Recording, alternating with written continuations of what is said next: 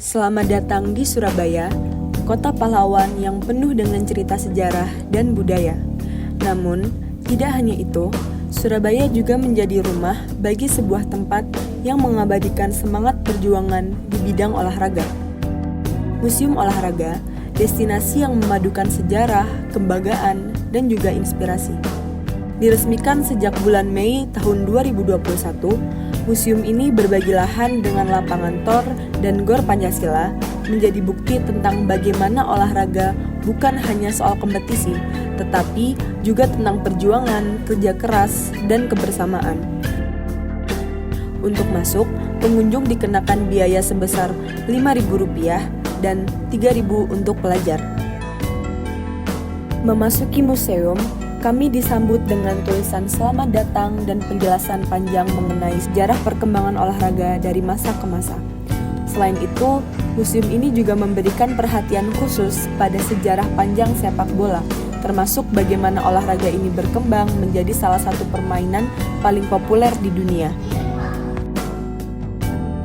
Video ini akan berfokus pada lantai 2 Museum Olahraga. Lantai ini memiliki koleksi lebih spesifik daripada area sebelumnya, karena berfokus khusus pada atlet yang lahir, tinggal, atau pernah berlatih di Surabaya sebelumnya. Para pengunjung dapat naik lewat tangga yang terletak tepat sebelum area utama lantai 1. Informasi di lantai 2 mencakup tempat tinggal lahir sang atlet, karirnya dalam olahraga yang ditekuni, prestasi, serta sejarah cukup mendetail tentang bagaimana mereka bisa sampai di titik puncak karir tersebut. Dimulai dari kelahiran, latar belakang keluarga, awal mendalami olahraga tersebut, puncak prestasi mereka, sampai pada masa pensiun. Beberapa informasi atlet bahkan dilengkapi dengan kata kecil berisi tempat mereka biasa berlatih. Koleksi dan informasi tentang atlet-atlet ini kemudian dikelompokkan berdasarkan cabang olahraga mereka.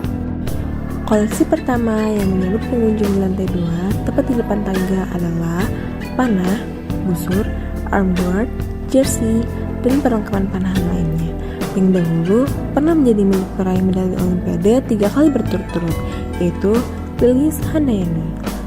Terdapat juga beberapa foto beliau dengan Nurfiana Saiman dan Kusuma Wardani, orang-orang yang menjadi rekan satu tim Lilis di Olimpiade Seoul 1988. Melanjutkan perjalanan di lantai 2, pengunjung akan melihat cabang olahraga lainnya, yaitu seperti pencaksilat, gulat, karate, bulu tangkis, renang, voli pantai, tenis, biliar, panjat tebing, sepak bola, dan master atletik. Bulu tangkis menjadi cabang olahraga yang mengambil ruang terbanyak di lantai ini. Bagaimana tidak? Koleksi di cabang ini dulunya adalah milik Rudi Hartono, Minar Timur, Alan Budi Kusuma, dan Sony Dwi Kunchoro, yang sampai sekarang namanya masih dikenal bagi pencinta olahraga Indonesia. Menurut kurator di sana, semua koleksi yang dipamerkan merupakan pemberian langsung dari atlet atau pihak yang berkaitan dengan latihan mereka. Maka dari itu, terdapat banyak barang yang kesannya sangat personal seperti jaket atau jersey, medali, sampai batu pijakan atlet panjat tebing.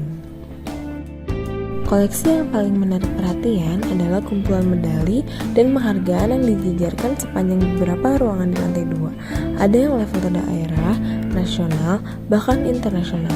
Ini menunjukkan seberapa kuat dedikasi dan kerasa latihan yang harus para atlet lalui untuk mencapai level tersebut.